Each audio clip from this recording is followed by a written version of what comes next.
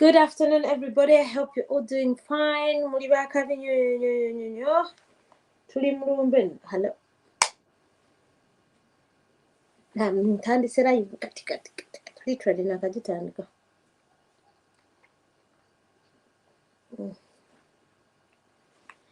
Tuli mulumbe. Lwa Jacob Olounyah. Lukute wansi ne waggulu. Ndi muntu agakolera speaker. Abanyarwanda tuli bankwe. Abanyarwanda tuli bankwe. Kyokyo nkikakasiza olunaku lwa leero nti honestly and the truth is abanyarwanda tuli bankwe. Sesize makeup gabe mundaba n'ekitambala kyange ku mutwe tuli mulumbe. Naye leero nkakasiza nti abanyarwanda tuli bankwe.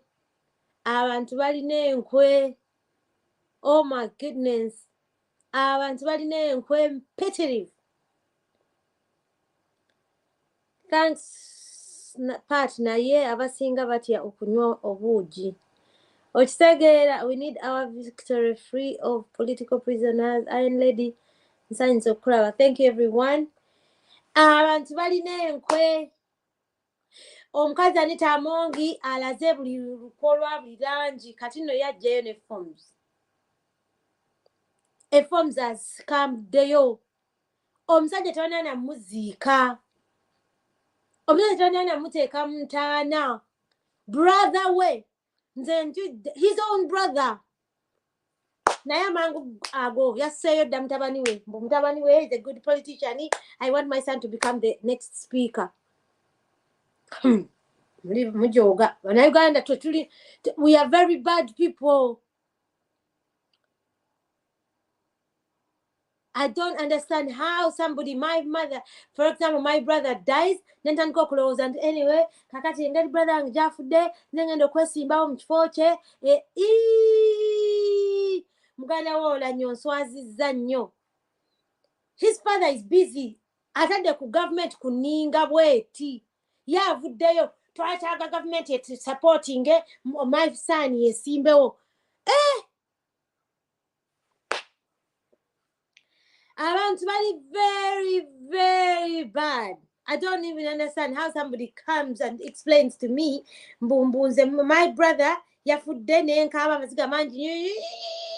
Amasiga mangi nnyo ne gavaamu noga kakati agamasiga gadde mangi ne kati njagala mutabani wange yaba yesimbewo kamba terako muwulire. Muwulire muganda wo Olounyah. Yabadde ne ba Amongi. From the time he was taken to the US for further treatment, we kept missing him.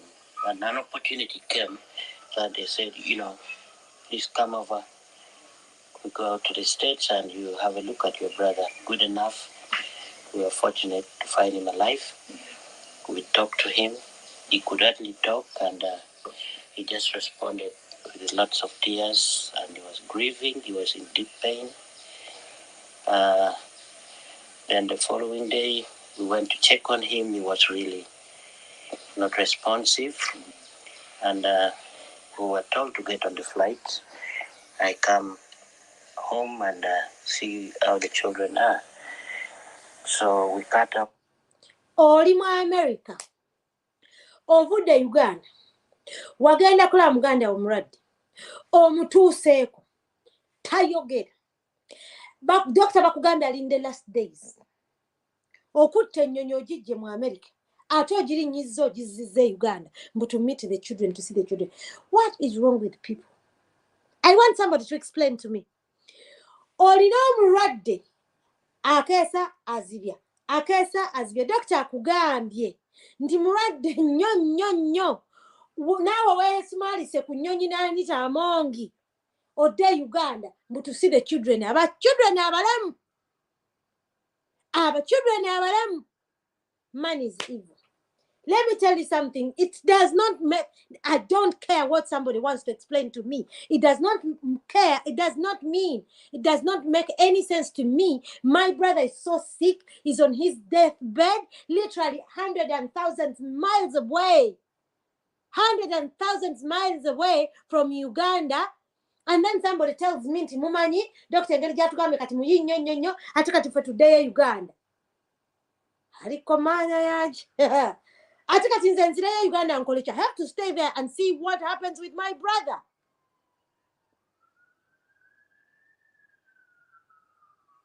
I must have to see what my...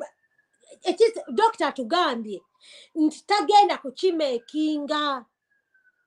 Ate ninye nyonyi. Why don't I call the family? Because goli brother wa musajja. Abaana balina nnyina. Abaana balina jjajja waabwe. Gw'obadde ogenda mu Uganda kukola ki?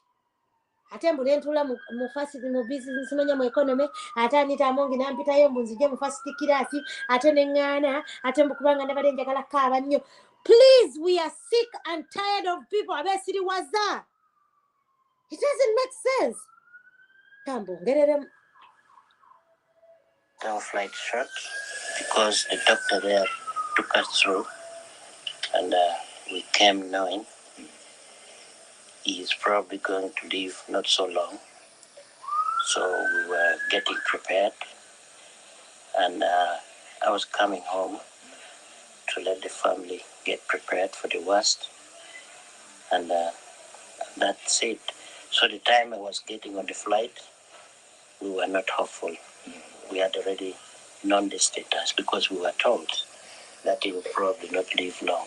The bad news came when we had not landed, and the Honorable Minister called me and just passed on the bad news that we have lost the fight. The Honorable Jacob has passed on. That could be about early morning here. I broke down, and the minister said, "You know what? Why don't you come near me?" And they moved me from economy to first class, but I declined because I wanted to go and do whatever I could do to myself alone.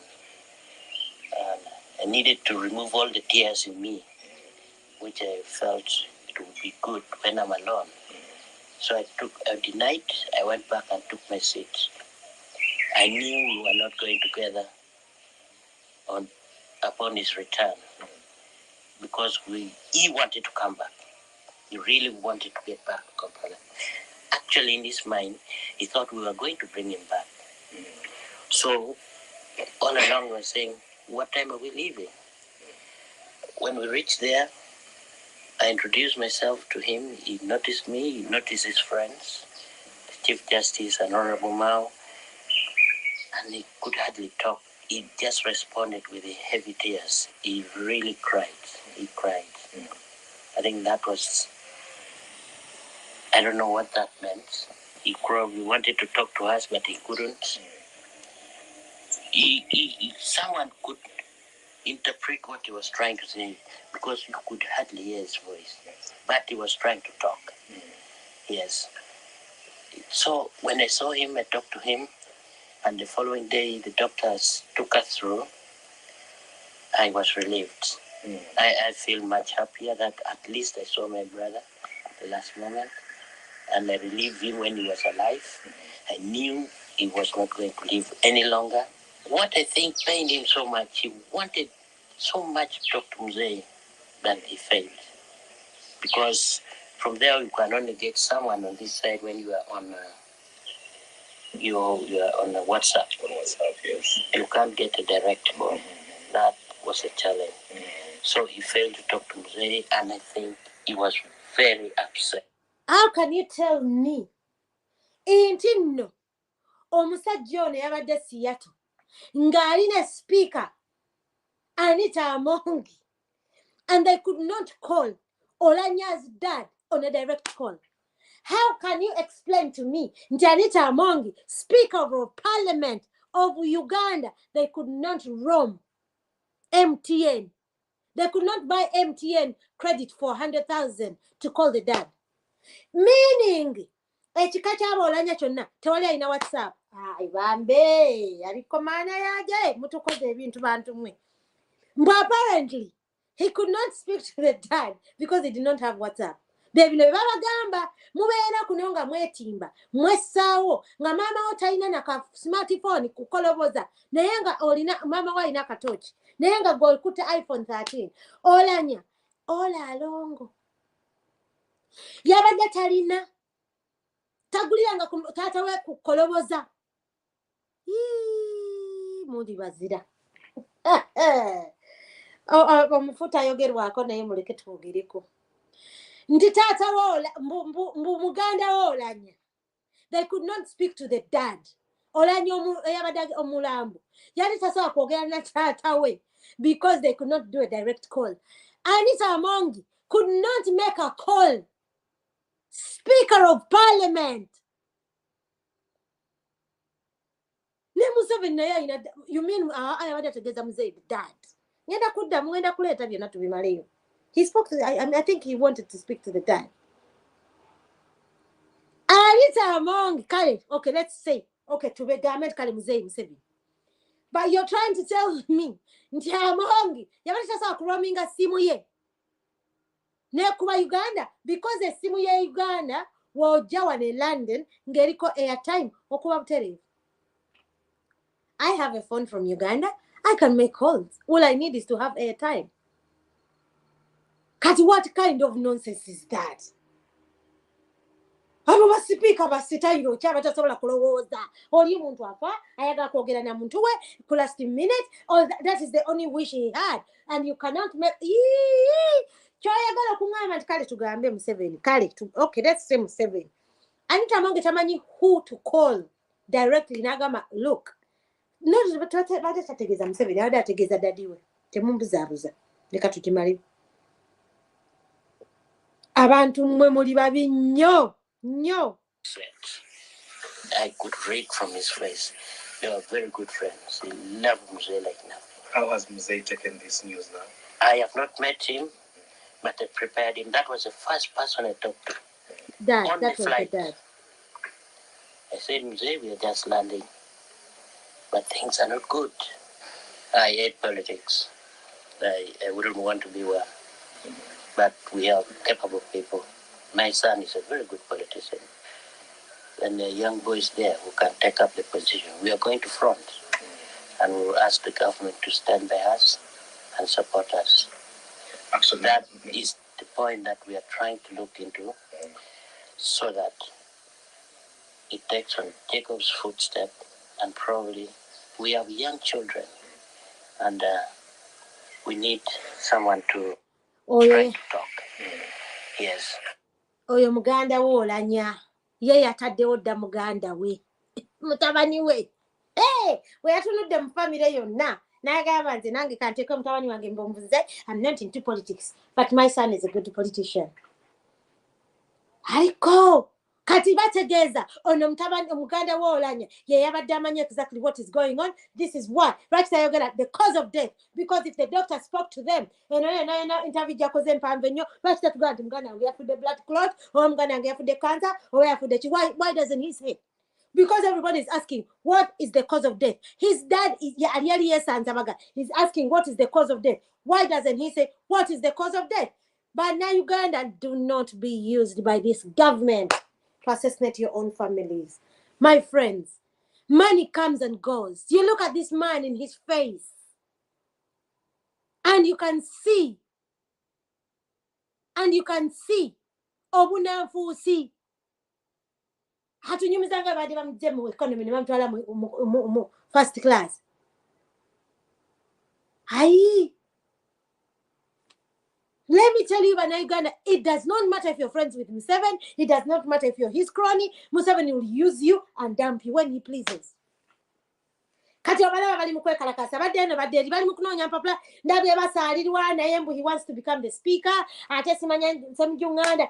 What happened to Ugandans? Why can't Ugandans be serious for once in their entire life and stand on what is right? Why don't they come out and say that first of all, before anything transpires, we need to know how, where, what killed Olounyah, for starters, before everything. Instead of them masquerading who is going to become the next speaker. Literally, Madam Biranjiranji, she's happy. Atenze Kambabuliako, I'll support Mr. Updates. With all due respect. Number one, Mr. Updates, Tanabaku Omusango Gotegunaba Kuri. No right totally guilty until proven guilty. n'olwekyo kikkirizibwa ayeesimbewo ate ekyo kigenda kuleetera by the way ne gavumenti ya Museveni bigenda gisobera because if Sseggirinya is saying nange njagala kwesimbawo akkirizibwa according to the constitution because omusango gwe teguulizibwanga talina bakubeera guilty n'olwekyo tubasaba mugaana kwesimbawo awo fe abanuupu tuba tulina kufrontinga Sseggirinya eryo pesa ndyagala Sseggirinya lyanyize pesa abateeke mu kwagmaya babeere mu kwagmaya. It doesn't matter because the land what tunateeka wane era tajja yitamu katutereyo ddala Sseggirinya bibasobere biba frustrating babeere ku ekyo badibetinge ku ekyo tubeere ku ekyo Sseggirinya yesimbyewo Sseggirinya yes we need to also give them things to talk about.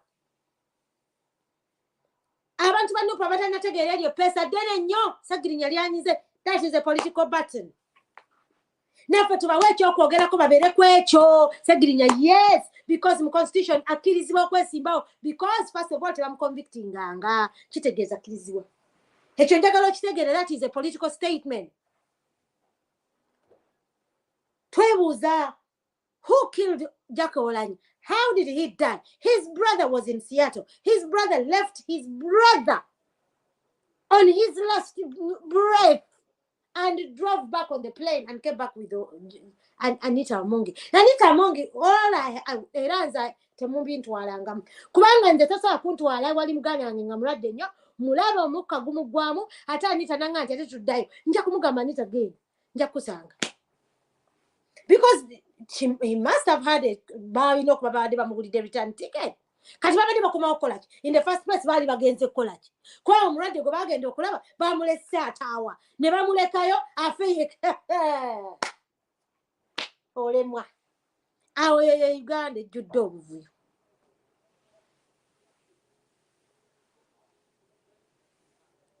Uganda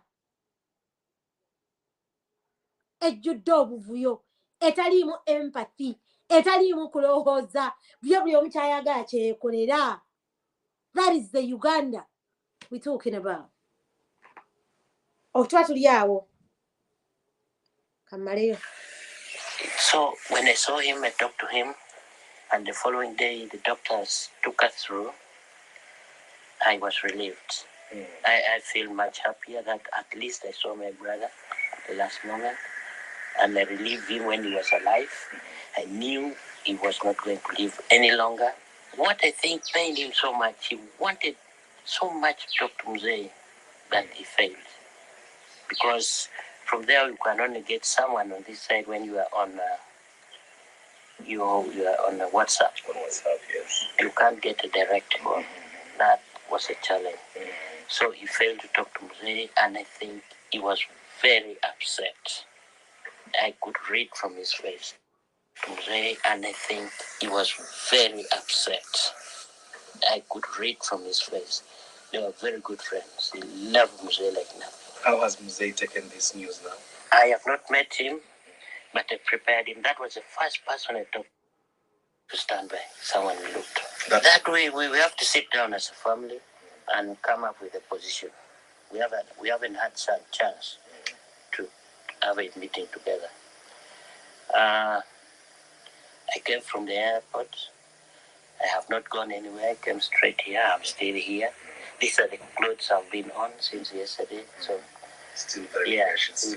We have to. It's a very wide question that needs to put the heads together and come up with a common position. Nkulabira Olounyah bw'ati bwakulukuse Museveni ne wona omukolera ebirungi byonna ne wona obeera double agent for him ne wona obeera triple agent for him ne wooli kuyogera ebigambo ebisuula enjuba Museveni talina mukwano. He has no friends. He has no relationship with nobody. All he knows is his children and his family. He doesn't care about his wife. He doesn't care about nobody. Lwakwane mukazi wamuteekako ekibuli. Naye singa kyali kisoboka singa ne Janet oyo singa Museveni yamutta dda. That is how bad Museveni is. Ye Museveni gwe mukolere kyayagala and he will eliminate you. That is how dictators work. When he knows that now wano nyizeewo button n'akulaba nga kyoyogera byayogera tabyagala n'alaba nga you're becoming popular aba alina okukunyiga. This is what he's doing to Anita Among right now. I'm going to State House this morning. Hanta Among abadde agenda yes asabaga era mnange njagala kujja mpapula akutaawo kakoka kasaka mangu atuzizza abantu banenze mu seconding era lalala nze njagala okwesimba ku speaker amugambye out kubanga you already Museveni alina choice. Oye Museveni kwa ya you already choice. That is Museveni for you. He will use you and he will dump you. Bannayuganda mwabaganya okutegeera nti musajja ono gwe mukolera kati Olounyah yafudde. He's dead. Enyumba girasetewedde. Olounyah yalina wano video gyendabye ng'agamba era everybody is corrupt. Ugandans are corrupt. Abadde azimba ennyumba nene nnyo mu kyalo eringanga hotel. Yagenda kusigala waawe egenda kufuuka monument. Tegenda kuggwa. Family ajakanya kuwoza government tusaba mtuyambe nyumba tujimaleya abaana muwa. They will not finish that house. Nesente zabadde akola zennyini ezibadde zimuwuuba ezimwogeza obwama n'akola buli kintu kyonna. Olounyah presiding over constitution yakogikyusa. He was one of those people who presided over. Kubanga Olounyah mujjukira bulungi yali wa UPC neyesimbawo. Why akaliwe kamukuba n'akunumbeeta because ebintu byensi n'agenda mu NRM. Ndoza 2006 agenda bulungi nnyo 17 pala akoze ebyamagero bya obuvuyo bwa Museveni bonna. Museveni amufudde speaker. Kakati muwa speaker ate bono bwo ekisanja kya 11th parliament akozeeyo wadde olunaku kwa talina lunaku lwakoze. Talina kyakoze. Oyo Museveni talina mukwano gwe Munnayuganda asuubira buli kaseera nti me I don't care mubeere feya tuli baavu bane tulina sente. Museveni is never going to be with you. Hello Wanji kale mukwano ndi live ne ndi live okujjako ng'oyaga kuteesa ku ndiko live.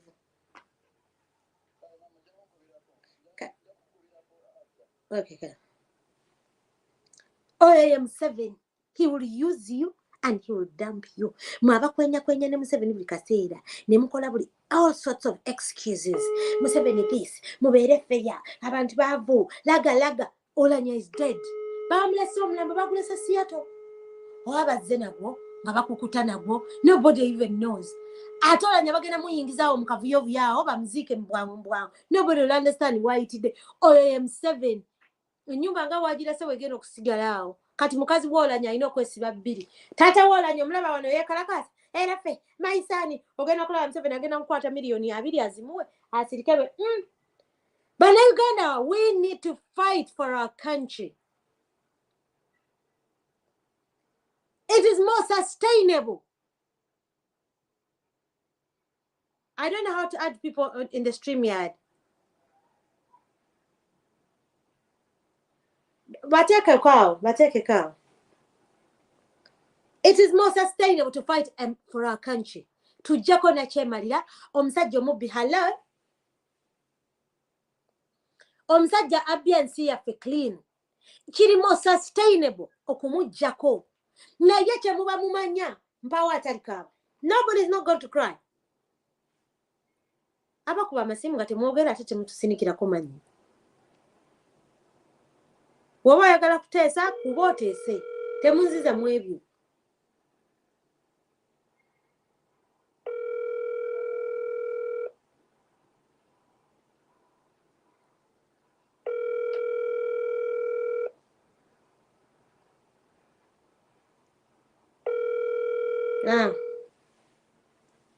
Katata wa Olounyah wamulabe speed gyatandikideko enkya ogenda kulaba nga speed yesaze. Why? Because people are selfish. Because the ekintu kya selfishness kiremedde mu Bannayuganda. People only think about themselves all the time. It's about me. You need to understand. People expect us to understand. Abantu mubalaba they're celebrating. Someone told me, oh, Patricia Mnyange, Tina understanding. Alanyale sabane, nemuga so. Nabu Kenya yareka abana basatu. Omuwale omuto. Very young girl. With a young boyfriend. Those children, Olounyah balesa abana bakulu. Gakulu gategeera. Nabu Kenya yareka abana bato. They don't even understand if the mother is dead. Yasin Kauma left 12 young children. Jacob Olounyah, Yeri, assistant speaker, he did not even mention anything about it. So you expect us to come here and mourn with you? No, we are not going to mourn with you.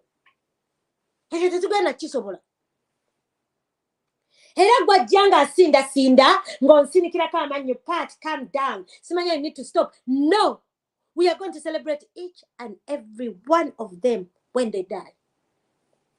Nanga wendifa, let them celebrate. First of all, I come with clean hands. Sitting up centers of government. So to what in song I celebrating someone too for my death. Kwanga nze sibanga of center ya solo. Hello? Hello. What? Yeah. Yes.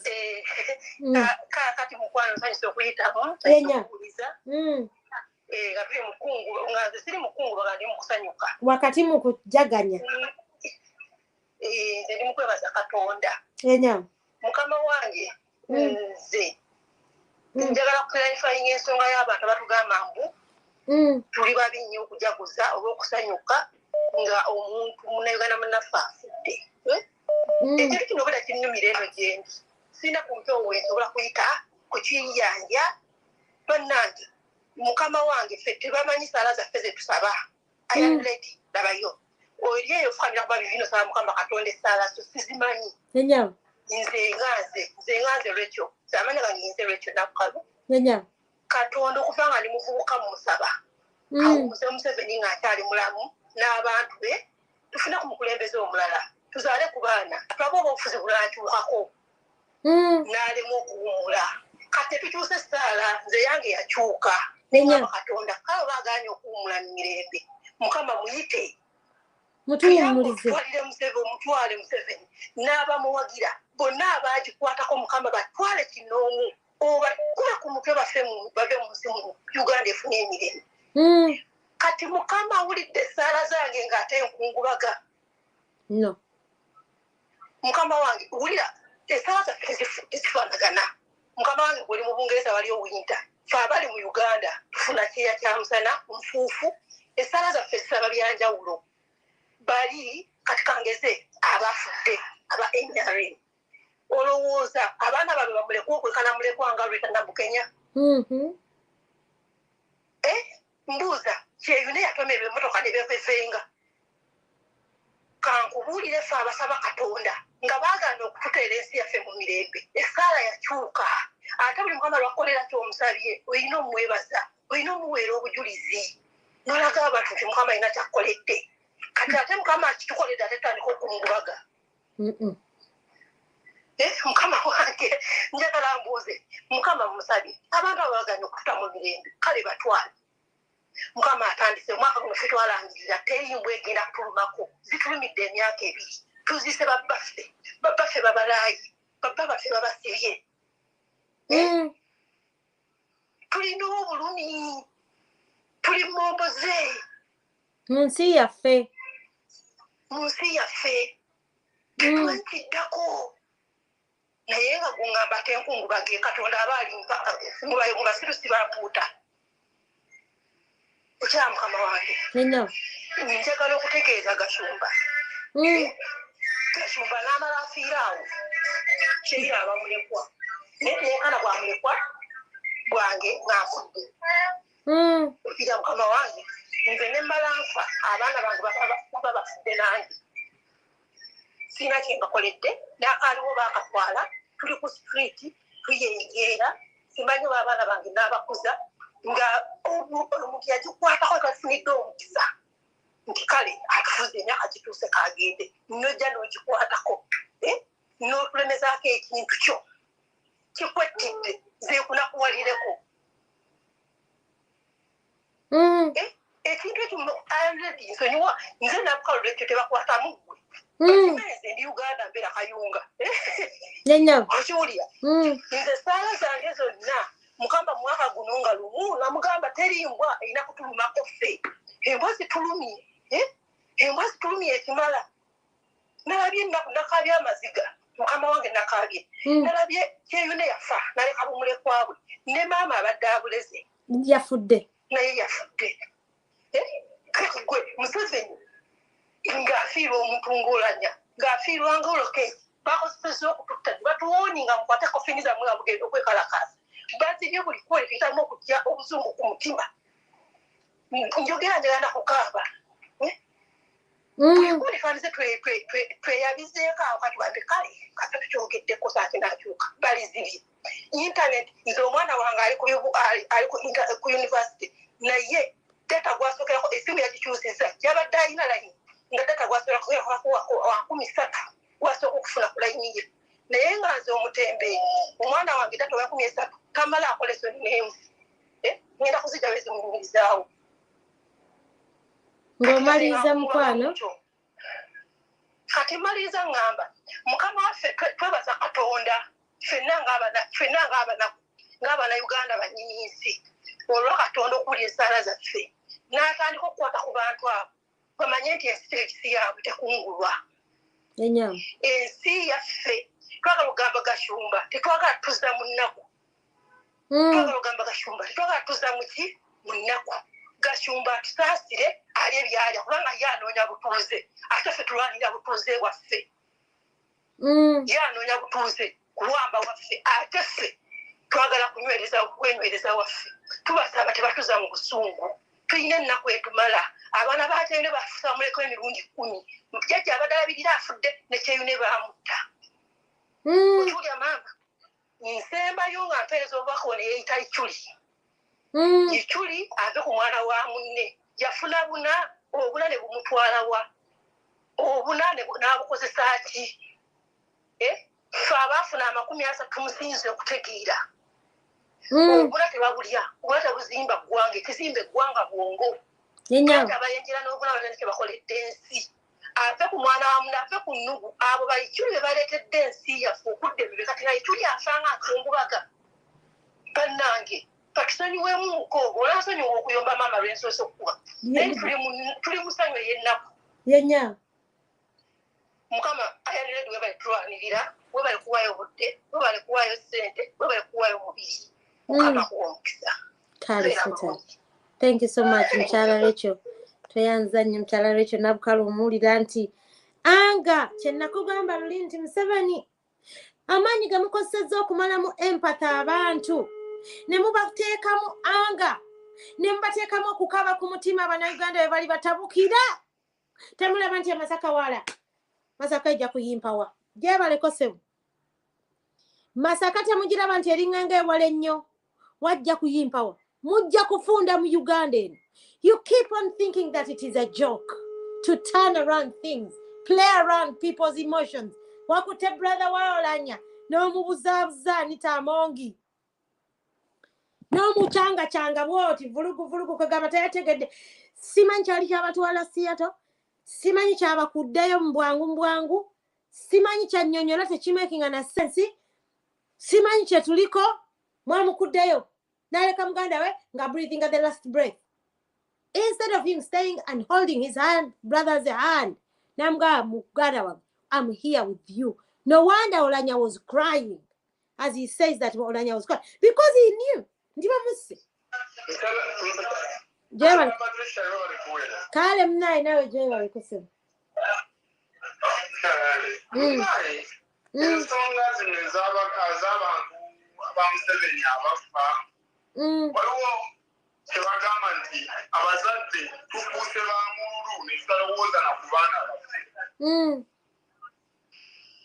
kubanga njagala nkubuulire abantu bonna Museveni basse ate bava mu nnyina ssaako ye wadde abakozesezza okutuukiriza ebyo by'ayagala naye be banene mu famire zaabwe oba ntegeereka bwe yali outstanding mu mu family ye ne Olounyah, yes. Kati bo baje ne beerabira family zaabwe ne beerabira yaabwe ne beerabira n'abaana. Kati amaze okubeereetinga ate n'omu agenda kujja abatwaleko ebibanja byabwe. Naye ennyumba gy'abadde azimba eringa wooteri bagenda kugibba. Tunula ojja laba. Oba singa kingi bagiguze dda. Babalekewaawo with nothing. Babalekewaawo. Naye ekyo kyonna Museveni asakifirinze teyatta omwoyo gw'eggwanga ogw'okwagala eggwanga mu bantu. Ate naffe abantu Patricia ne yeerowoozako nga Patricia. Otegera n'atalowooza ku muzzukulu we muwala gwagenda okuzaala. Kola Patricia abamu tuli ku mataka nga gaali gabajjajjaffe ne tutaalabako. Yes. Manager gakuuma ne tugasanga naffe tukaseera kano. Bo baalowoozanga ku baana ku mikiki ekijjako. Naye Patricia ebbanga ly'otandisa ebyobufuzi n'abantu abalala oteekedde Museveni. Naye lwaki abamukolera tebamuyiga? Bamuyiga naye abantu bali selfish kyenjaze ku bannayuganda ebbanga lyonna. Bannayuganda balemeddemu omutima ogw'omululu.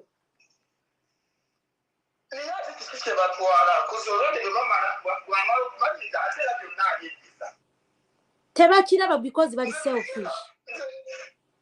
Nze sigenda ssanyuka nti Olounyah yafudde kuza Olounyah nze olwedde mbadde nkimanyiiza epapeti nga bw'olaba bannabbanja baani. Ate abo bapapeti abatta nnyo Biriga yagenda tasiibudde. Yohanize mu crying nga basaba lipooti naye bw'obanga nakati lipooti ya Mayombo togirabanga basosaba eya Olounyah kati gy'osuubira okufuna. Kati nze ekyamakulu ekiriwo nti ebintu bino abantu abamu babitaddemu emotions ekisinga okunnuma. Nti abantu abamu ab'engulu ate bali mu bakozesa ate okulwanisa ffe ab'enkyukakyuka mu mbeera y'Olounyah. Eyo olina agamba abantu abaana bali ku intaneti bajaganya Olounyah afudde teri mwana ali mu celebratinga kufa kwa Olounyah. Tegera. Nedda sebo nze njaganyiza. I don't care, nze njaganyiza naye njaganyiza nga nze Anti Patricia oli mu kujaganya naye era tolina kyokufunamu kubanga olwedde naawe oli mu kaaba kubanga dani kyerina yakamala fiirwa maama wate nga naye yabbamu. Olwona abaana abalala bwe bogerera bye bali mu kuwamba. Otegeera? Yes, sir. Nti mu mbeera eno gye tulimu twetaaga okuyita mu kaseera kano n'amagezi era tusabe nnyo wisdom bwakuyiga emotions. Yes, sir. Kubanga Patricia bano abasajja nga bagashumba sitaawa zino babawulira edda bayanguye dda beekutte sayidi y'Olounyah ngo bamuwolereza nga bikiri kyotegere. Naye mwe abatinkula omufumu abamuleetera okululuma bane tuyiga okuyita ku bantu ku social media. Tetusobola butogera ku Olounyah ng'afudde unfortunately. Anti yes tekisoboka. Ne Patricia njagala olabekwa abansinze okukaaba ku matiivi bonna ne baagala otwala ekifo kye saawa zino nga tebanaba namuziika. Ate be bali mu saawa zino entalo zaatandise dda mu bo. Nazirabye. Kati ffe lwaki tetutandika naffe tuli mu kukunga ffe twetaaga Northern Uganda on board.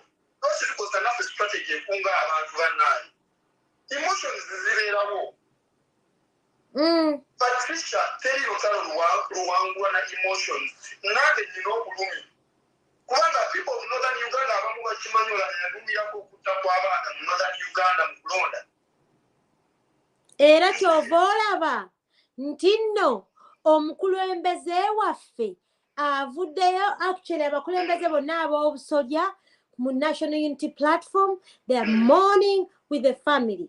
Ffe twabagamba ffe we are emotional era tuli ba radicals abagala okukuulako Museveni. My friend, temusobola kutugaaginga with what we feel. President are standing with the family. Era yabakubagiza era agenda aziike. Feba Patricia Sewungu, fe tuli ba emotion, fe mutumanyi bulungi mulina kutuyiga by now fe we are radicals. Era ne kumupiira waliwo abahooligans mubeera mba radicals mulimba fanatics. Kati nzo omukuba gundi ba radical. Era nze byange bigambo byange. Omuntu ali mu Northern Uganda oba Northern Uganda, sorry, agenda kugamba mbu tajja kusupportinga change simply because abantu aba national platform ba celebrating. That is nonsense, absolute nonsense, and they're going to continue dying. Do you know why? Because that is hypocrisy. Kyagulanyi nga ye n'abakulembeze baffe bonna okuva ku spokesperson waffe ku secretary general, they stand with the family. Feba radicals nganze ze sirina kifo kye standingako. Fe tuli bantu ba wansi. Fe twalaba on the 18th and 17th when people were being killed. Fe twaliwo. We saw people being killed. So bali abazanye ebya politics, I think Boba in a right to speak. Omuntu agamba tagenda kubeera mu national unity platform simply because abantu bajaganya. My friend, no mulala ffe ncha tujja kujaganya. Anite naye afe olabe kye tugenda okwekola. Oba Anita Amongi afe ogenda laba. Tugenda kujaganya and we shall continue because nemo mupule mubeera mba cheerleaders. My friend, temutugaginga mutuleke. We are frustrated. Kati Museveni kusala nekuno kaka nekuno neka inasako kubeka abafa bannaye. Ezisala tuzisaba buli lunaku tulina na prayer chain oba oyagala nkugattemu nkuteekemu. Tulina na prayer chain. Nobody nabalokole luline bambuuza nti kati go party chaffe, what do you want us to do? Nemwa mtu gatteko tusabe Museveni afe. Omukazi yatunulidde bwati nga tammale nemga yes. Nemga Bible it is very clear. Etugamba mu Titus 19 to judge them sharply if they have refused to stand with the people. Ne Katonda yakwata abantu nagenda mu kanisa n'abakuba kiboko. Lwaki mutubuzaabuza? Temule kye mutugamba. Fe tulina emotions zaffe. Tuli bantu ba wansi. Ensi yatugabana ne tukanyuga. Abamu tulibwa. Abana bali mu Buwarabu babakuba emiggo buli lunaku. Omwana nakeera ku makya saawa 10 ez'okumakya n'atandika okwoza ebintu paka saawa 4 ez'ekiro n'atawummulako. You expect that person to come and cry with Olounyah. Nga Olounyah abaana bavuddeyo years and years. Remember nti Olounyah yali deputy spokesperson for 5 years. Kati n'amaani afuuka speaker. Olounyah ddi wali omulabyeko ng'atebolinga motion y'abaana ebali e Buwarabu. Olounyah diwo wali omulabyeko nzijukiza nga tannaba mapatisha bane tubeere fair. Diro wali omulabyeko ng'avuddeyo ng'atebolinga nti bannange ebyobufuzi constitution ya Uganda providing opposition. Era it's their right. Kubanga batugamba tewali kuddamu kwekalakasa oba kuddamu kutuuza abantu bangi nga tewaliwo permission. Permission tuzisaba. Abantu ne bagenda. Yongerako ne kano abantu bekaramoja na kati bali mu bata Anita Amongi talina kyayo bapama ku nkoma. Abo bapama ku nkoma toilets ze baliko. Then you come to me and tell me nti kyamugoba mu struggle bantu banyopo ku celebrating oba busiru bwa style kyayagala okungamba nti muganda Olounyah yabadde Seattle. Anita Amongi namukuulayo nga muganda we tannaba na kufa najjanga apekuka ne Anita Amongi bagenda kulaba mulwadde.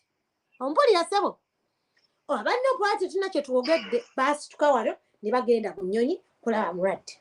Omusajja we yagambye batuuseeyo mbu apparently doctor n'amala n'amuwa assurance nti tontiwale agenda kufa. Ye n'amanya nti doctor amuwadde assurance nti don't worry. Era akyogedde mu video emirundi esatu nti I knew he was not going to live long. N'atuula ku nnyonyi ataakomewo Uganda. Atuuse ku interview esoose when his brothers just died. He says that his own son should take over Olounyah. Then you expect us to mourn with such fools. Not today, never. Erinnya lyange zibatuta Patricia, zitata wange yagamba nga abaavu tebaligenda mu ggulu. Mutala Patricia. Bw'olaba interview eyo kitegeeza bagenze n'ogenda nga Lola nayinza okuba yali yafa nga bagenze kukola inza. Kati mwagala tukaabe naabo. Mutuleke munammwe. Emitwe gye teetisse singalabi. Emitwe gye tulina gye tulina tegiriimu butuli. Kale sebo. Mutulekeemu. Emitwe gye twetisse gyaffe. Era tuyimirira ku mavivi gaffe abiri. Ne tugamba if they die we shall celebrate.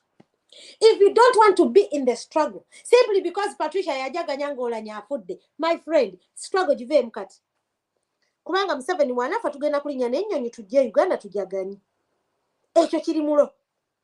Emitwe gye twetisse gyaffe. Nobody is going to come and gag us anymore. We have been gagged enough. But now Ugandans they never gamba last time live Jena Sembako. But now Ugandans they're very good-hearted people.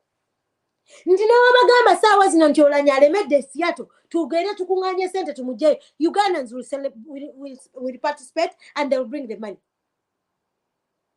That is how good Ugandans are. But some of us too we refuse to be stupid.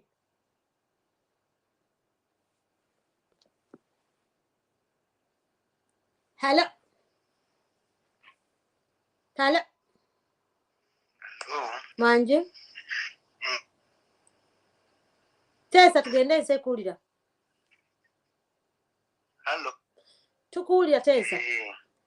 Kati ndowooza n'ebintu katubyogereko tubimalirize. Nakyo kive mu ddiiro. Aboogera ku NUP. We are at war. Tuli mu lutalo. Bw'oba oli mu lutalo, omulabe wo waafiirwa kuleetinga. Mbadde njagala mbuuza abo abanyumya bujwanga. Oyita Ojooko bwe yafa. Abakyalwana baakungubaga oba basinga.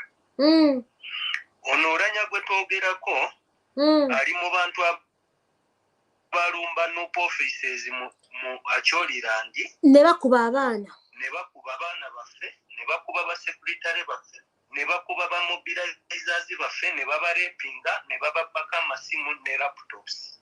Olounyah abasasula. Era neyo video weeri ng'ali mu kusasula. So, if he has been a political condoms should learn one thing. Nothing lasts forever. Naye balondewo ekintu kimu. Balondewo engeri gye balina okujjukirwa. How do you choose to be remembered? Bwe babanga abantu bajaganya, you chose to be remembered in that way. Abo abalondawo obanga because we are in a war between the oppressors and the oppressed. Abasalawo kugenda ku saidi y'abatulugunya bannayuganda.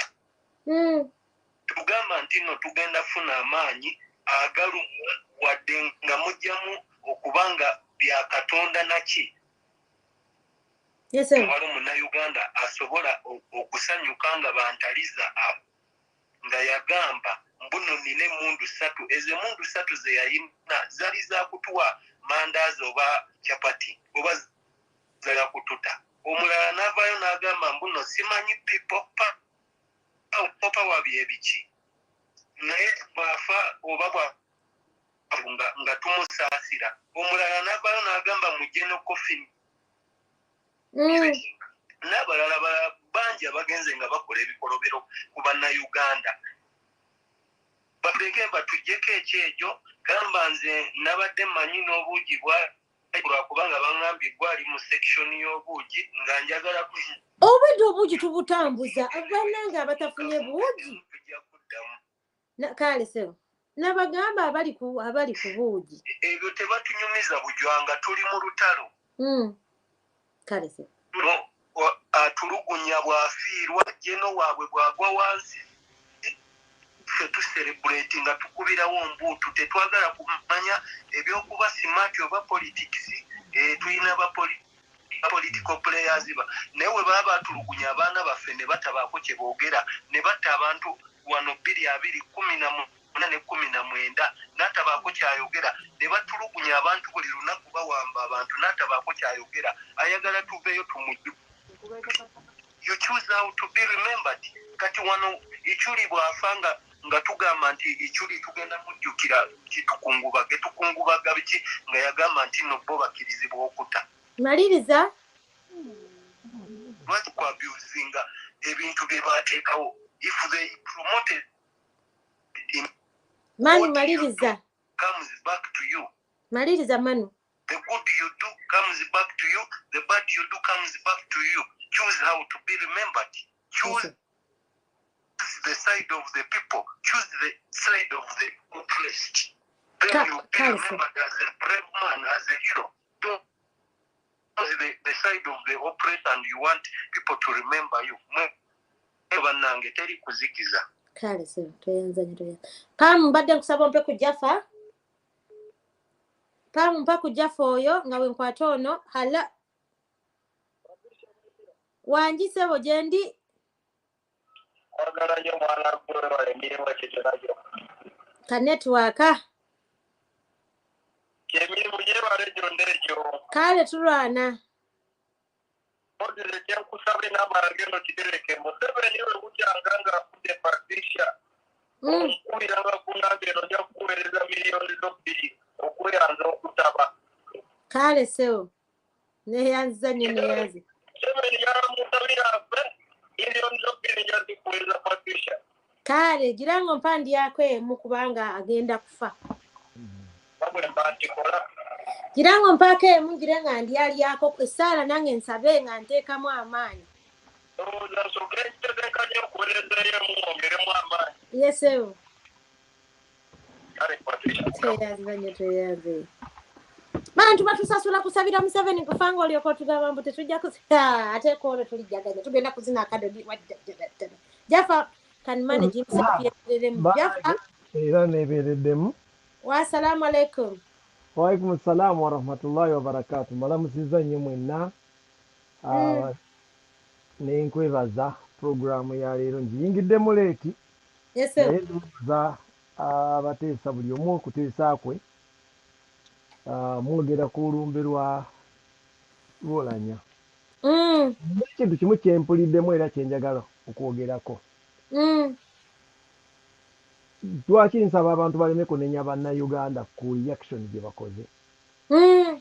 Museveni enteekateeka ya Museveni mu kwagala okweza eggwanga lyaffe n'okulyonoona yatakinga moral fiber yaba eggwanga. Yes. Ekigendererwa ki ng'ayagala tatane obuwangwa nabagamba obuwangwa bwonna buzimbirwa ku nnono ng'empagi kwe babusinzira. Kati ye yasalawo atte ennono y'abantu abaggyemu ak'obuntu. Kati bw'obagyamu ak'obuntu lwaki ate mubasuubira okubeera nga baakitinga nga bajja abantu ak'obuntu ke mwamalidde okubajjamu. So ku ssaawa eno bw'osanga abajaganya gwate kati abawakanya gw'obeera bunomo. Lwakuba abantu kino tebakitegeera. Once you come out n'otandika okwagala okuleeta normality in an abnormal situation manya gw'oliko ekikyamu. So nze sirabangako olunaku n'olumu. Okay, baaleeseyo ku buvidiyo nga Olounyah agenze akyalidde Bobby mu kkomera, bagenze baleesi ng'akyalidde zaake mu ddwaliro n'ayogerako. N'ebimu oluusi ebibadde nga bimukwatako ng'omuntu n'ayogera kyayogedde. Naye yalimu nga bwe mugamba nti abadde mugezi yasalawo okudiiringa n'ababi. Kati bwe baba nga oludda lw'ababi lutandise okufiirwa, don't expect abalungi okubanga balumwa. Nga naffe tetubalabangako nga balumiddwako. Nze sirabangako ku palamenti eyo ng'egambye nti kekungubage ku bantu ba gavumenti beewadde ng'ejjetta abalwanira enkyukakyuka. Olaba ne bali yatta ab'ekyeyonoonero 18-19 Novemba tebafaayo tebabasabirako ko wadde omulundi n'ogumu nti babanaka tubaweeyo eddakiika 3 tusabire ku bantu abo. Ggwanga lyawe eritalaba bantu nga kya mugaso n'osuubira nti ate mwabali kulembera bwe munaafa mwagala abantu babalabe ng'ekyobugaso. Kagamba muteekeddwa okwetereeza, muteekeddwa okwetereeza gwe nyini ayogera ekyo ekintu gw'obeera ng'aliko ekikyamu. Nze sisuubira muntu yenna akkiriziganya na nsonga ya Museveni nga bw'ayisa abantu n'engeri gy'asse emitima gyabwe nti abantu kye beeyisa kati ate okiwakanya. Bw'otegendereza oyinza okwekanga nga gwabirabanga bw'osuubira babirabe gwe musiru. Kuba obusiru nze nakikakasa nti bulinaako munokule. Sisuubirayo. Ekirala kye mbasaba bannange nti tuleme kukimalirako budde bungi, kubanga newankubadde ki tulina olutabaalo lwe tulina okuggusa lwe tuba tusinga okuwa obudde bwaffe, lwe tuba tusinga okuwa obudde. Kyova olaba nze sibadde mubajaganya ate nga ne mubakungubaga siriiyo, naye nsinga kwagala kutunuulira nze nkungubagira struggle yaffe abantu gye batadde ku bbali okutandika okugenda mu maaso n'ebintu. Kati tuli mu discussions olwaleero weewunye, tubadde mu discussions zaani agenda okubeera sipiika ddako. Bakikoze bubi nnyo, munnaabwe tannaba na kuva mu ddiiro tebannamuziika bagenda kulonda sipiika mulala. Ebyo byonna ffe tebitukwatako. Kati bo bwe baba tebalinamu na katesi eri koliigi waabwe ng'abagenzeeko nga basobola okusanyuka. Omanyi kiringanga namwandu wonoofaawo namwandu wo nga bakyakuzinze wali eri n'agamba bannange ani antwala. Mukyala wa muzaata.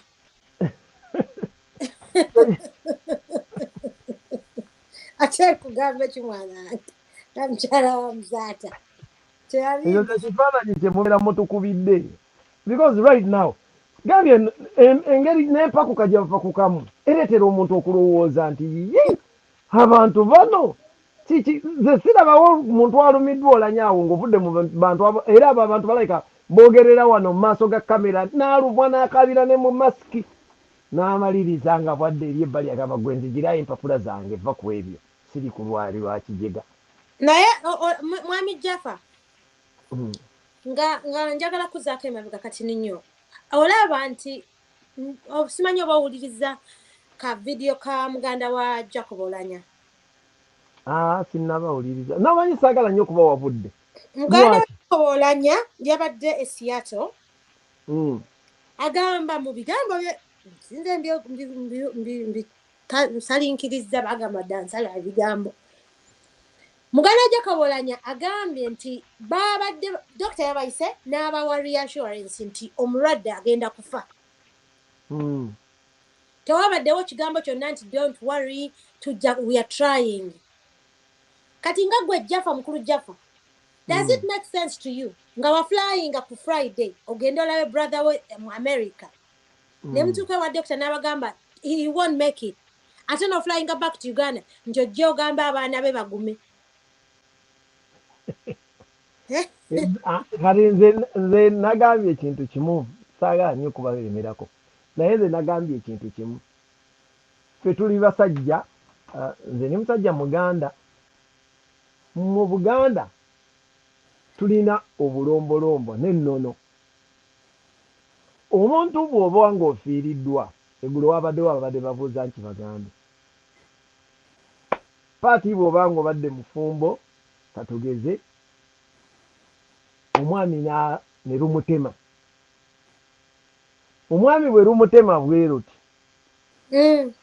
Kyosookerako nga tonnatema mulanga nga bagambye nti paati omwagalwawo olutemye nga tonnaba kutema mulanga mu Buganda. Osooka n'odduka n'obaka akawale k'omwami ak'omunda oba enkumbi n'ogyepaadinga n'obikira paati ono owa ddala n'omugamba munnange munnaffe ono ayabulidde obulamu buno obwensi n'omusajja bw'atyo mukyala we bw'amufaako alina okunoonya n'ekkayi ja n'agyepaadinga era n'abikira mu musajja nti owange ono abadde munnaffe naye mbona obulamu twawukanye kati agenze. Kiwanoozibwa nti singa tokola kintu ekyo omuzimu guno gugenda kukusumbuwa ebbanga lyonna. Kati nabano abasajja n'abakazi bakulu abaatambudde okugenda e Seattle wayinza okuba nga waliwo emikolo egy'obuwangwa bwabwe gye babadde balina okugenda okukola balyoke badde babikira ensi mu lwatu. Oba kugenda kuzizika muzimu guleme kubalaajana nti mwe mwantwala tutula mu ntebe mwonzigye.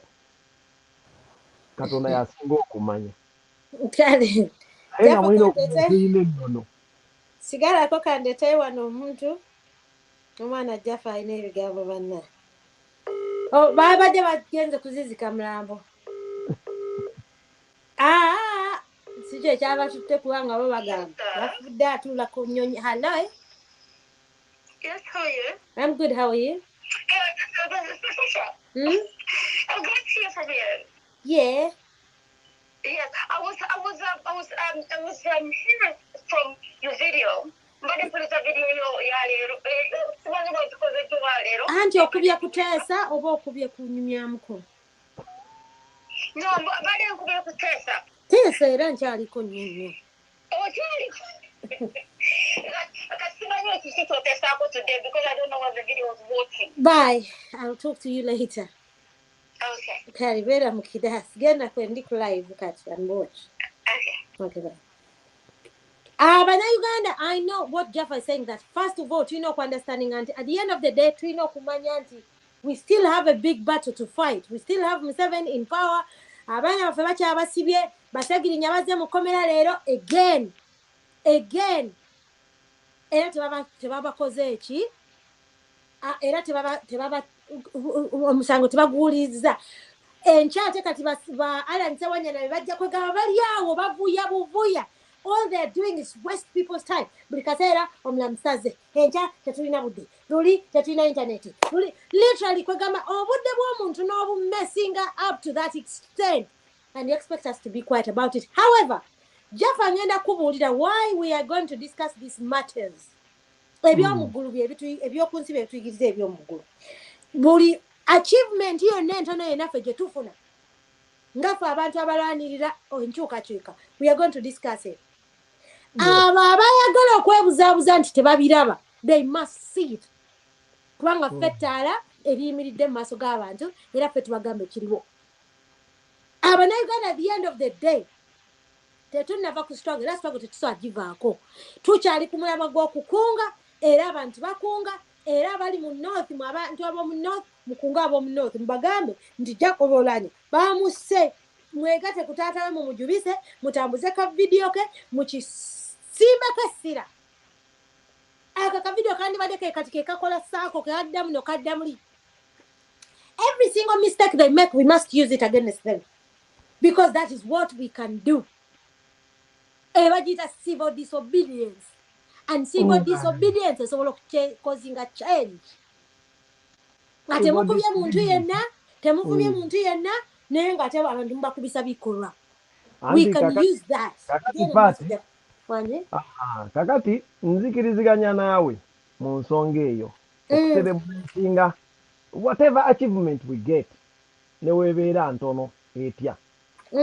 However, mu stage mwe tuli mu revolution si stage ya celebration, but rather buli kye tufunanga ekyo bwe kityo it becomes a motivation factor gye tuli. Ndi bwe mugambadde mutya kubanga these people, most of them came out with statements eziri strong nga zibaleetera n'okwerabira Katonda nga balina ne position mwe beetadde nga bo olaba nga oli yeeyita geetiwe tukoboko, omulala n'agamba nti nzoggo okubeera okutwala obuyinza nze mba nina kuba nga nfudde. To some people ne balowooza nti bw'aba agambye nti nina kuba nga nfudde oba oli awo n'okusoboka tekisoboka. There are some people who are demoralized by those statements. So Yes.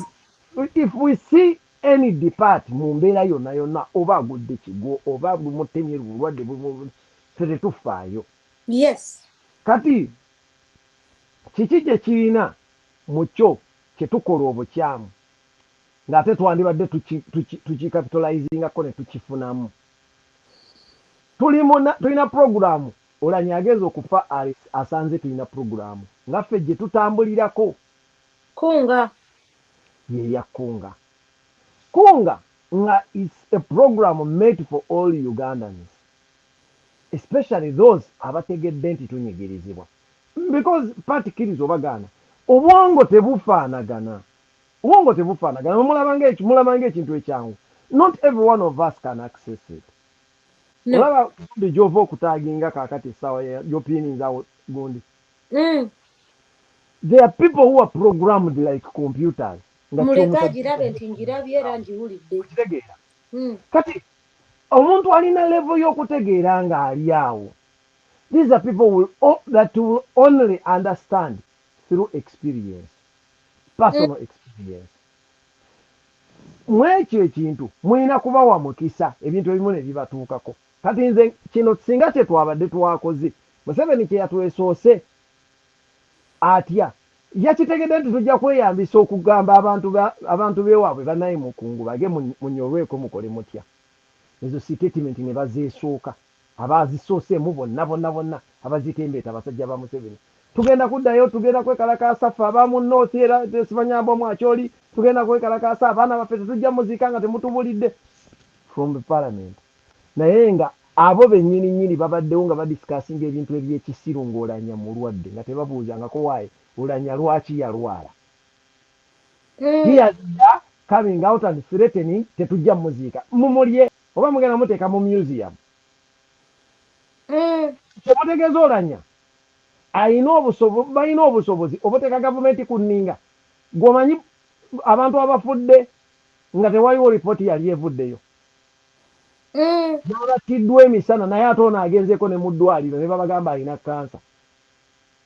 Olaba oli owagundi omukyala wa Nyakairima, Museveni yayimirira katuuti n'agamba nti omukazi mu Nyakairima abadde alina obulwadde obumutawaanya bwa lubuto obumulumidde emyaka mingi. Mukazi we n'akwata akazinjalo n'agamba bannange mmaze n'omusajja emyaka 19 takaabanga ku kirwadde n'ekimu kifaanana kiti. Nga Museveni yeefudde amanyi Nyakairima osinga mukazi we gwamaze naye emyaka 19.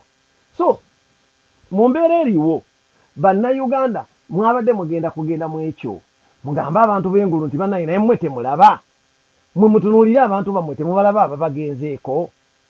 Kati babeesoose ba Bosimikyo tiimu ate bo boogera Bosimikyo tiimu akaabana mu lukyoli era bw'aba abyogera oluzungu atabulamu ekigambo kimu ebisigadde bya lukyoli.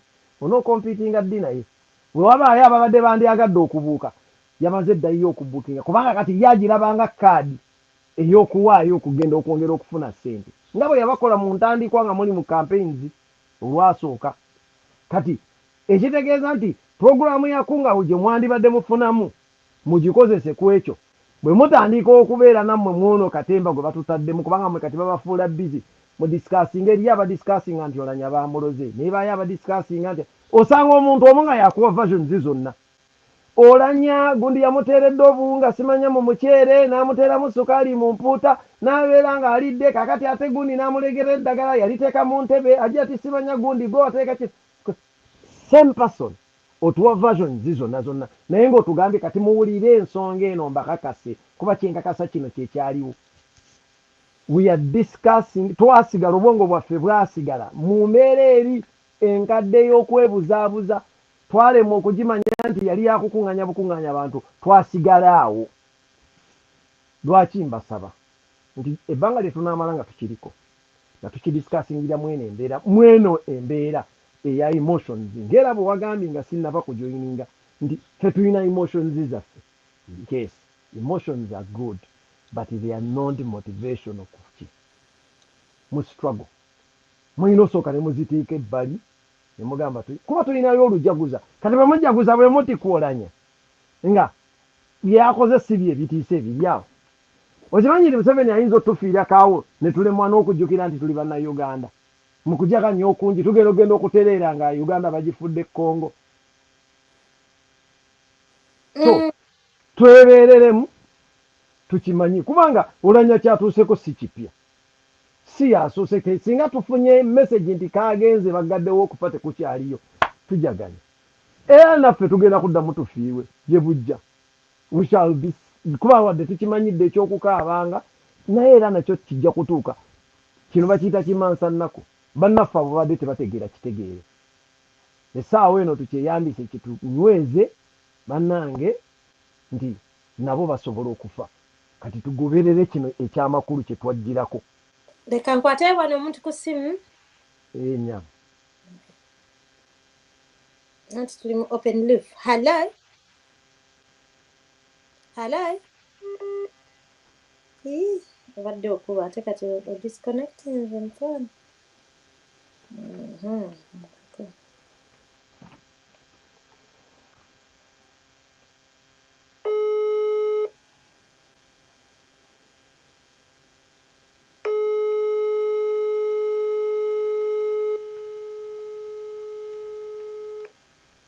Hello, ensa kuwulira ssebo. Patricia. Kale mukwano naawe gye bali. Ne musomesa naye mulamusiza. Ya. Kati ssebo nze njagala kwongereza ku musomesa kyagambye. Yes, naye njagala babuulira kino ekiri ku Olounyah. Njagala tuddeyo mabega. Kyasookera ddala mu Western Uganda. Mayombo Patricia aliwa. Mie. Kazina aliwa. Mie. Shefali aliwa. Mie. Potera aliwa. Mie. Alonda aliwa. Mie. Nze sookudirayo lisiti yonna ng'abo basajja bali basobola n'okuteekinga naye kana akafamire kabeera eminatinga nga kaagala nti in future kasigale nga k'amaanyi. Bava mu Western Uganda gy'owulira nti eri broken yabagi blocking eri broken yakutulwamu abantu bakutuka. Those leaders would stand up ne bayamba ne bayigiriza future ne bakuza abaana bona babatta. Ne bajja mu Buganda ompulira ne bajja mu Buganda basirwanga bakasirye eggwanga n'abalala to mention but few kubanga ne musomesa sola mentioninga kubanga naye Muganda nze njogera ngo mu Western. Kati kina abanozana kyebakaaba oba abalala kyebakaaba nti Olounyah yafudde simanyiro yakajanja twafiirwa dda mu Western Central yafiirwa dda kati nabo batandise kitestinga kwate obakisa kati nze kyembadde nsaba manyi wano buli omu yena atuwulira oba likuleba jjaki nsaba let this one be a lesson nti bwebanga omuwestana bambreakinga ne bamuta to avoid the future whatever omucentral yeeyo kati mukama katonda tuyambye central ebadde esituse kati central webadde esituse nabwestanaze ekimanyi webaza kubanga bali silence n'abanozana kyekiseera bava esimanyi omwana waffe bamuse kwe tukimanyi bulijjo babadda abaana baffe bafudde abantu abandi badde batambuze gwanga bafudde just kafamire kamu okusigaza kalina amaanyi. So nze kwongerayo nga munange bwabadde agamba let this one be a lesson. Let us come up. Leka twogere tuleke kujaguza Olounyah obyo biki tutandike tula n'omuntu omunyumizeemu mpayinza etera okugamba abantu ne batayiza obutanda bakaamu okyanga anjogera bayinza obutandaba ku Facebook nga nkola live naye nze genda oliwo okolera awo nagwo otandika okunyumya nze nda moto yange buli wentuula omuntu nze kulwalugala ntandika nemuyumiza nemuganda ekituufu eggwanga lirina otambula buliti nebweri naye kwe tolaba ate ebintu bitabuse nagamba ebitabuse naye nze sirina kyakola kale oba tolina kyakola nze njogere naye onatuuka wayabaako kyoyogera kyogamba omuntu okiwire then ekiseera kye abanyankole bagiyita enzamba ekiseera ekyomwero okuvuga bwe guba gulibuze ne bw'oyimirira ku mabbali g'oluguudo n'otunula kimala otegeera so nze Olounyah ekimubaddeko oyo Anita Mongi teyeeyibala naye kijja ate ekizibu kye kijjirawo kati si Anita Mongi yekka n'abalala so abannayuganda nze mbadde mbasaba bunaaba enkyukakyuka ate ekirala pointi ng'amaliriza ngamba Patricia nze mbadde ngamba banne ebino ebintu bya bullying bullying, you know what it was, bullying. Ebintu bya bullying tubivemu. Abantu Segirinya era ine misango nga 10 naye nakyo sese bogenda okwala emisango gya Segirinya yakumuza mabega not to move on. Kwa Segirinya wabula ndi badakunga. Kati bino bya bullying sente za eti yali mwana wa muntu. Lita nabukanya eti yali mwana wa muntu. Abana bonna bafudde bosi baana ba muntu. Wachola nyafa ne bakugamba tulina kwogera. No yogera. N'abafa bonna bantu b'abantu. Then these ones that have remained, let it be a lesson.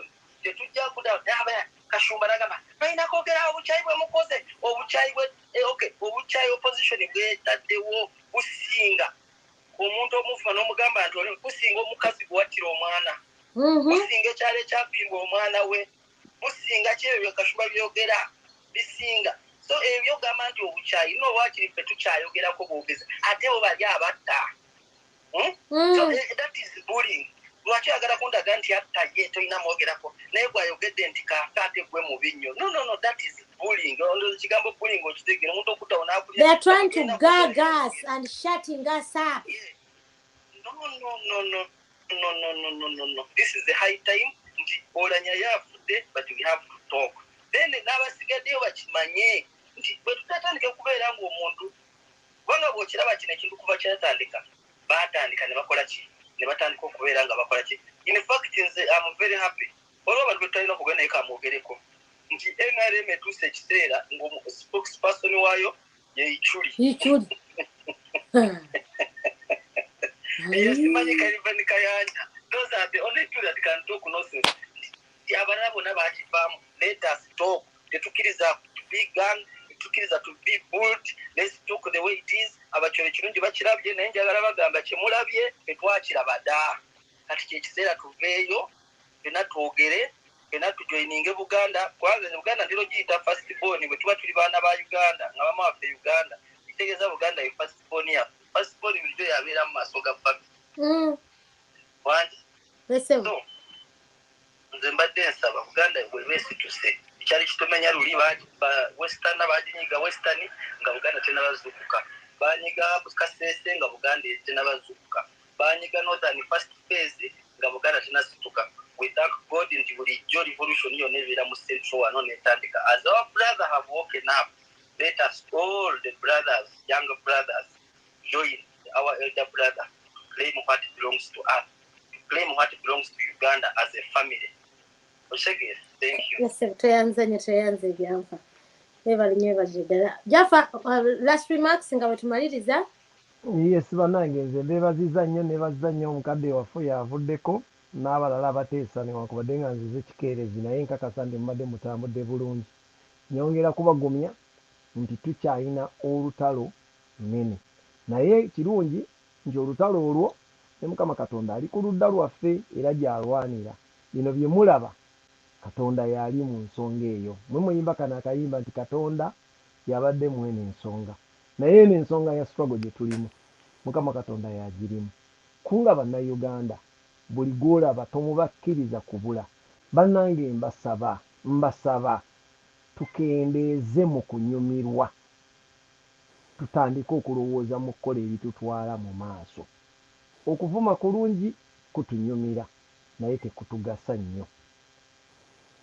N'olwekyo nsaba tuleme kunyiikira mu bintu byakutumalako nga tukyalina Museveni wali n'abantu be bano abasigadde Olounyah ne bwazuukira n'addamu n'afa nga naye Museveni bakyaliko tulina kye tugenda kufunamu. So let us concentrate ku kye twanona. Mwebale nnyo bannange, mwebaliye ddala. Tujja kulabaganako edda insha Allah. Akuuma atakuumira mpeera. Neyanziza Paati okunkyaza. Kale so toyanzege oyo abadde omukulu omusomesa Jaffa Makanga abadde aneegaseeko wano mu studios zaffe ez'ekyoto era nga bwe mumanyi sisusa nnyo mu 1 hour na budde buwanvu nnyo abateesezza nga bukubye ku masimu. Toyanzege Pamkawa tweyanziza okubeerayo emanju eyo ng'otambuza ensonga. Please Ugandans mbajjamu okubajjukiza nti Pamkawa be bali ku Buugi, Kugonza Walda be bali ku Nku, Amzirazi abadde ku Kyayi, tuli Mulumbe era tetugenda kuzikiza paka nga omukulu tutaddeyo mutaka. At the end of the day, we must understand that we still have a struggle that is ahead of us. We Olidde need paamu to make sure that we liberate our country. Jaffa nkuwe ekindoza nkukwase mabugo. Paamu yali ku mabugo bwe nawulidde. Yani paamu gwe tukwasiza. Paamu ajja kusobola bya gundi. Bya buugi. Munomuwa amabugo ayinza ogenda n'abula nago. Amabugo mugakwase Joweeriya. Oba jati ali masimaati. Yajja kusobola ebya ssente kale. Kale kati olumbe lukyaliwo. Lukyatambuza omukulu ate nze banaye kambabuulireko. Social network is very important, or what they call your social capital. If you realize, as a person about the Speaker of Parliament, Jacob Olounyah, mwegendereze muddeyo ba critical thinkers. No one eyawandiseko tribute eri phenomenal about Jacob Olounyah. Not even Anita Monge. Anita Monge wamubuza again nti Jacob Olounyah yali ayagala nnyo bottayi. That's the most she could say. She said she literally, her own son was very sick. Naye bamukubira ne bamugamba your own son is very, very sick. Yet agogenda mudwali naga yasoka abeerewo. Ne because I love Jacob Olounyah so much, that is hypocrisy. That is hypocrisy of the highest caliber. You cannot leave your own son, never. Ekyo tebakikulima nnyo basobola okungamba nti Brianna mulwadde nnyo. Ate nga gonzaga naye mulwadde nnyo. I'm going to say, Stella, deal with your husband. I'm going to deal with my daughter. Period. Ekyo tekirimu kubuuza. Ne wembeera nga maze okutuuka mu nnyonyi ng'etuuse waggulu bwet. Naye ng'ekyasobola okunteeka ku ttaka. Nga nyingira bwenti wakali nga ndi ku cabin crew. Nyingira bwenti nti banange cabin crew eyimira. Ne bankubira nti Brianna mulwadde nnyo. I am going to jump off the flight and go and make sure that my daughter is fine, because she's my first responsibility before my brother, because my brother's got a wife and he has children and he has other family members because he has my sisters and brothers. So that's what I'm going to sole provider wa Brian ate muleke ate bantu mwe kati kitegeeza ki social network yo gyokoze n'ebirungi byokolera abantu. Be contributing a lot when you die. Twayimbanga emitala Maria museno koze muki singa kwenchovuddemu abange oba kulya buli kunya buli tidde sirina kya muwendo n'okukujjukira lw'amabanja bikolimo bye bikukulembera. If you realize Jacob talina good tributes, nobody's writing something really exquisite about him. Nobody's writing something really, noga, wow, that was beautiful. No one. Kubanga, if you saw Kasirye Gwanga when he died, people, as much as they were saying, well, Kasirye Gwanga mwatulyamu olukwe, but you could see good tributes about him. When Lokech died, you could see good tributes about him. When Omwami Baba Masasi Bami Sekawesa, you could see people were mourning, much as Yaliwa NRM, or he worked for the government. You could see people were mourning, Nekatumba Wamala, people, you could see that people were like, oh no, he's a man of God. But guess what? Nobody, I have not seen anybody write a phenomenal, wow. Everyone is far-fetched in their statements. That means that Olounyah, there's something that he did not do right. As a Speaker of Parliament, Deputy Speaker for 5 years, then Speaker for 2 years, well, a year and a half, he has not left a mark. He did not create a legacy. Kati gwagenda okufanga to creating the legacy simply because you're greedy. You need to think about your social capital. Kubanga, your legacy matters a lot. This is why I keep on saying that I'd rather die poor than die without integrity. Gwali mu struggle. Okwenya ne Museveni. Mwaba MP. And just manyandieni. And chandieri. My friend, when you die, expect us to celebrate. And when you die, we are going to write bad stuff about you. Nae legacy because you have children who are going to be looking up to you. You have people who are looking up to you. You have families that we're going to be living. For example, when I die, my mom will be overwhelmed by my support. because I haven't, and that is the truth. People will stand and they will cry. Nze nsiba kigamba bakwano bange nti bwe ndifa nsigire kaba amaziga. Day in, day people will cry. Ekintu kiriko kubuuza. Nze when I had Brianna, it was about 15 years ago. Eddwaliro lyabuuza. Ono azadde yaani. Ng'Abannayuganda bajjudde mu ddwaliro bwe bati. Ab'Ebungereza wano bwe bati. Nga talina woyisa kigere. Nze sikolangako pati wano London ne watajjula. Bali omu abeera bwati. Pati nze tewamusee pati nze lwaki tewamusee. Kati n'abadde kufiirwa kwa mukwano gange. Everybody party. Bannange, Sego, we miss you. That is exactly what is going to happen to me when I die. I'm serious. Legacy. Create a legacy. You cannot just die or itabuyise mu nsi. Kati Olounyah abadde important. He's educated. He's this. He's a lawyer. He's blah blah. Olounyah talina ka legacy kalese. Alese kitaawe akaaba. Muganda bali mu kulimba. Kwana be simanya Anita yalese omwana we omulwadde nnyo. Ye n'agenda eri. Kati Anita 2 days later ayagala bwa speaker. Tena wana kulina munywanyi we gwabadde ayagala. Bamziike. Kati naye ali mu kutugamba yadde akaaba obuzigo bw'ekirogo. You cannot tell me or explain to me nti Anita agamba baamuyita nti mutabani omulwadde nnyo n'agamba no, I don't care. I'm going to Gondi. Ngenda Olounyah. Then the next thing, she's the same person. Ali mu kujjayo empapula z'okubeera speaker. Annanga. Nsigadde nga ndi Patricia Sseyo sijja kutandikirawo enkya. Now,